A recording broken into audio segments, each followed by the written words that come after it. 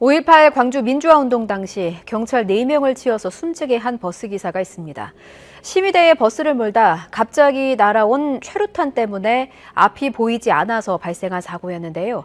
버스기사는 42년 만에 고개를 숙였고 유족들은 큰 위로가 된다며 기사를 끌어안았습니다. 정현우 기자입니다.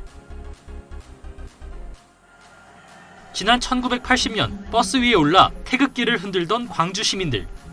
시위대 버스를 몰던 배모 씨의 인생은 경찰이 쏜 최루탄 한 발이 차 안으로 날아오면서 송두리째 바뀌었습니다. 연기가 눈앞을 가려 앞이 보이지 않자 경찰 저지선을 침범하게 되었고 결국 경찰관 4명을 치어 숨지게 했습니다. 이로 인해 사형 선고까지 받았지만 재심을 통해 겨우 죄를 벗을 수 있었습니다. 배 씨는 지난 1982년 12월 특별 사면 조치로 석방됐고 1998년 7월 재심에서 무죄까지 선고받았습니다. 42년이라는 긴 세월이 지난 뒤 배 씨와 숨진 경찰 유족들이 현충원에서 만났습니다. 화해 의사를 확인한 5.18 진상조사위원회가 주선한 자리입니다. 배 씨는 죄스럽고 몸둘 바를 모르겠다며 고개부터 숙였습니다. 제가 뭐라고 말씀을 드릴 수가 없습니다. 죄송합니다. 어떻게 해야 될지 막막하고 그냥 얼굴을 들 수가 없습니다. 유족들은 늦은 사과라도 큰 위로가 된다며 배 씨를 끌어안았습니다. 이 아픔 속에서 다시 일어나는 그런 우리가 됐으면 좋겠습니다. 한번 안아주십시오. 경찰 유족들로서도 민주화 운동을 탄압했다는 광주 시민들의 따가운 시선 탓에 힘든 시기를 보내야 했습니다.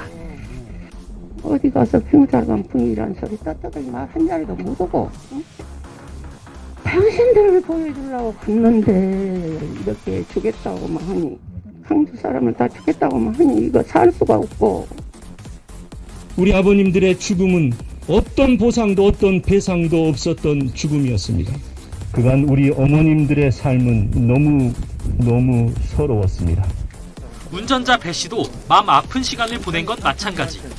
전두환 세력에 의한 무자비한 광주 진압 계획으로 서로 고통스럽게 마주해야 했던 기억 때문입니다. 뭐라고 한 말도 없네요.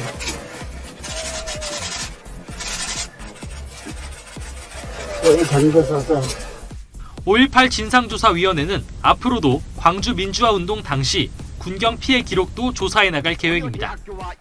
화해 행사를 마친 5.18 조사위 관계자들은 당시 광주에서 숨진 군 장병 23명의 현충원 묘역을 찾아서 추모를 이어갔습니다. 조사위는 진상규명을 통해 피해가 확인된 군경 유족이 보상을 받을 수 있도록 권고안을 마련해 정부에 제출하겠다는 방침입니다.